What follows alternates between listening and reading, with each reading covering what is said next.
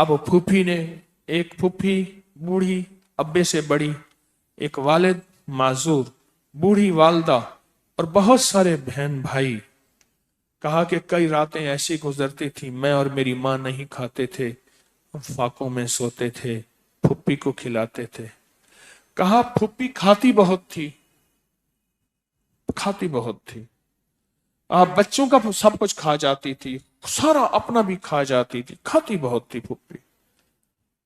کہا اس سے چھینتے تھے تو پھوپھی لڑنے پہ آ جاتی تھی، ایک گھر میں عجیب کشمکش تھی۔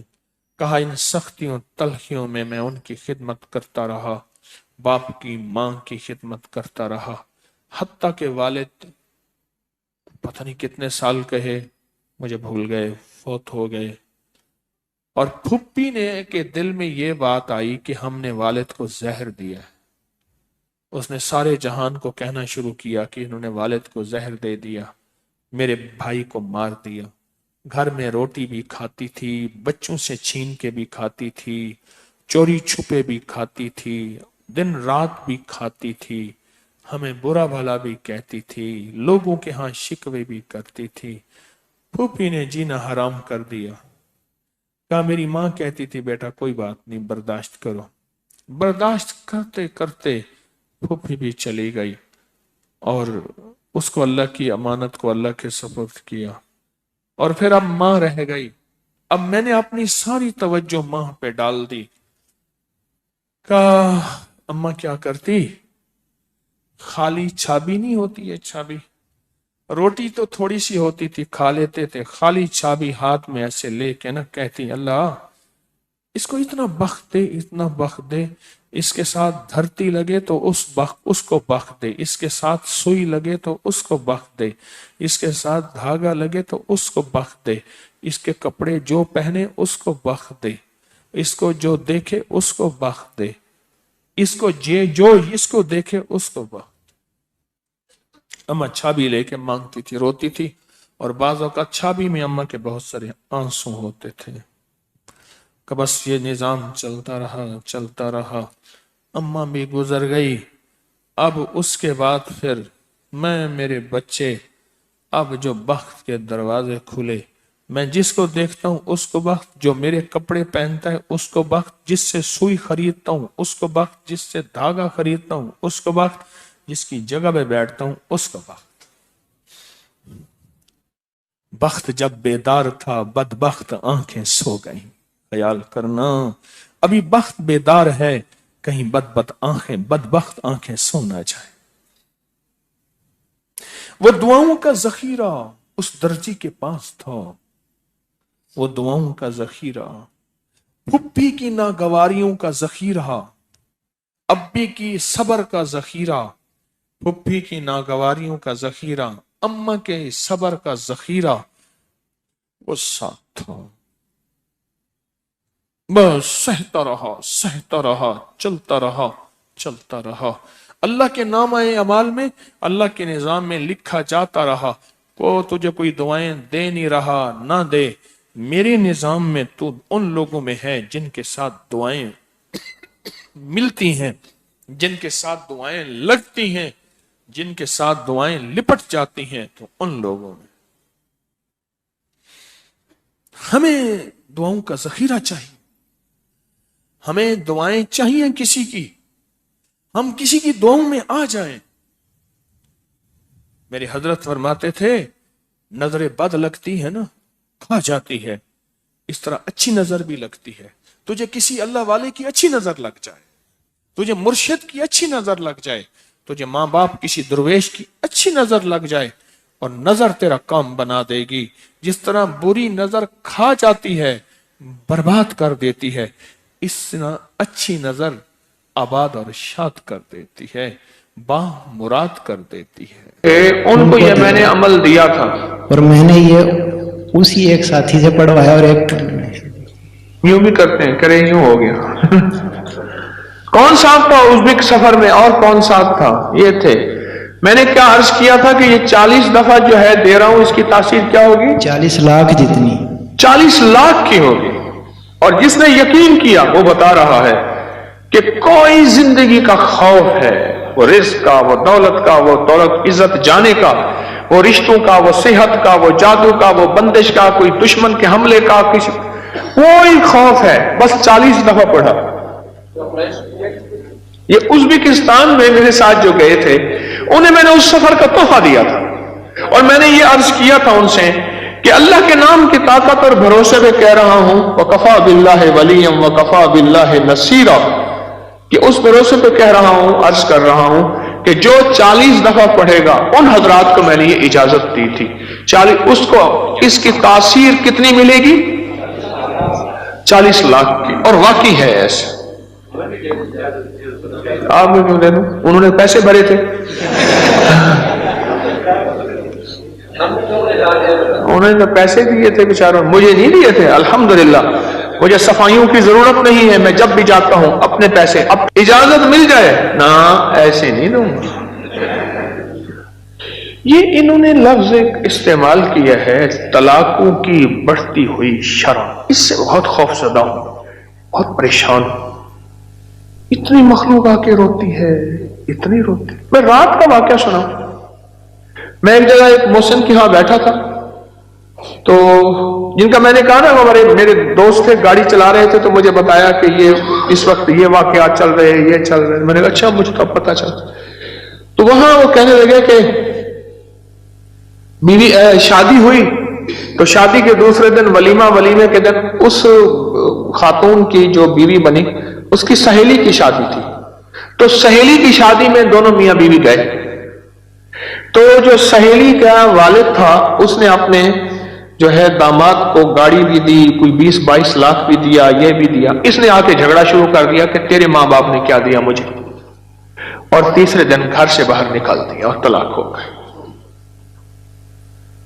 میں کہتا ہوں جس نے اپنی زندگی میں انگارے، بچھو، سانپ اور دکھ، قتل، مقدمے، بیماریاں، تکلیفیں، مشکلات، مسائل، الجھنے اور روگ بھرنے ہیں، اور مجھ سے ایک وظیفہ لے لے. وہ وظیفہ یہ لے لے بیوی کے ماں باپ کو گالیاں دے اور ان سے کہے جائیداد لے آ اور جہیز لے آ. اس سے مطالبہ کرے جا ماں باپ سے حصہ لے آ، یا اس سے کہے تیرے ماں باپ نے کیا دیا مجھے، اور ماں باپ سے جا کے مطالبے کر.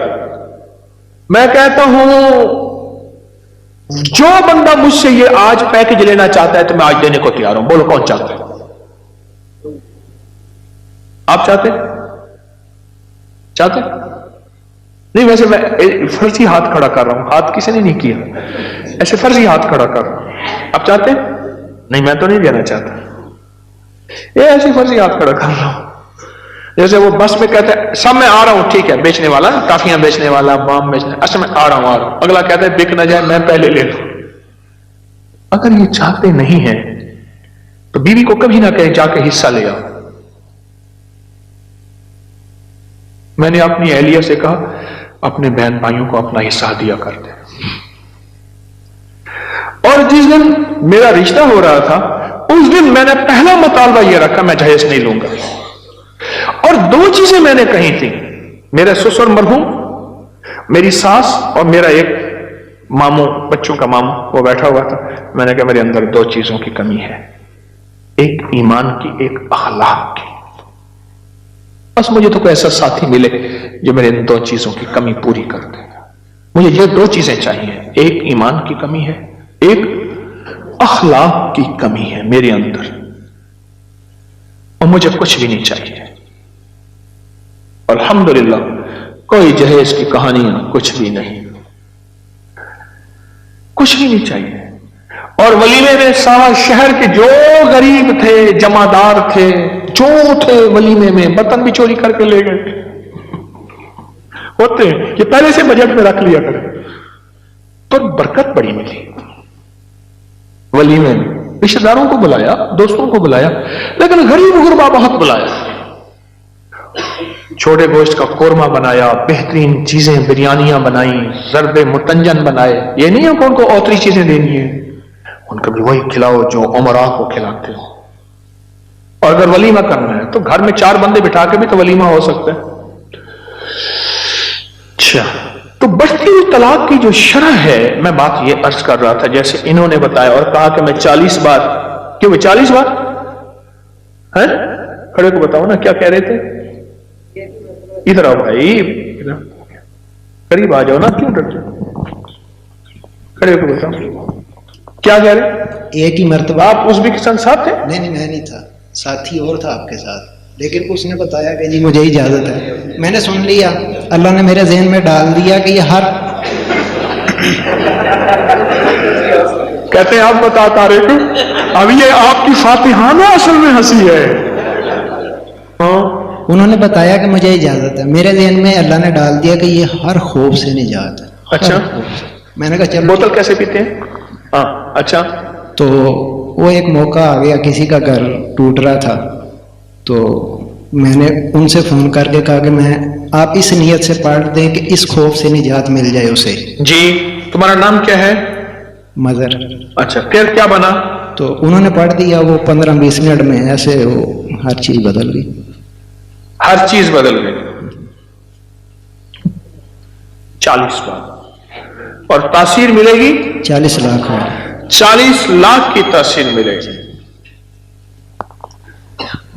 بولو بھائی، پھر اس نے لیے، میں تو نہیں دوں گا۔ کوئی پختون بیٹھے ہیں یہاں بھائی؟ کتنے بیٹھے ہیں؟ پٹھان آپ ہیں؟ آپ ترک ہیں؟ کہاں سے آئے؟ کوہاٹ سے آئے؟ پٹھان بیٹھے اور پختون پٹرول سڑے پختون پہ بھائی، پٹھان کا بات ایک ہوتا ہے یا دو ہوتا ہے؟ پٹھان کا بات ایک ہوتا ہے یارا، بس رعایت نہیں ہوتی پٹھان میں۔ ہاں بھائی، پٹھان میں رعایت ہوتی ہے؟ نہیں، وہ خود کہہ رہے ہیں، وہ کہہ رہے رعایت نہیں ہوتی۔ ہاں بھائی ہوتی ہے، سچ بتاؤ، ایمان والی بات کرنا یارا۔ پختون میں رعایت ہوتی ہے، پٹھان میں خان سے؟ یا ہاں یا نہ؟ دیکھو یہ بات ہے، پٹھان میں رعایت نہیں ہوتی۔ اجتماع پہ کوٹ کے پیسے پوچھے تو اس نے کہا 900، کام چلنے لگے، جہاں پٹھان کا ریلیز سنے ریت نہیں سنے تو 200۔ کہہ رہے میں نے ایک پٹھان سے کوٹ کے پیسے پوچھے، کہا 900، ہم نے کہا نہیں لیتے، چلنے لگے، اور نے کہا تم نے پٹھان کا ریٹ سنا ہے، رعایت نہیں سنی، چلو 200 دے دو۔ ریٹ سنا ہے، رعایت نہیں سنی۔ اچھا، پٹھان کی رعایت بھی ہوتی ہے؟ سب کو اجازت ہے، اللہ کے نام کی برکت سے، اللہ کے نام کی برکت سے۔ ڈاکیاں ہوں اور ڈاکیے کی حیثیت سے اجازت دیتا ہوں، اور انشاءاللہ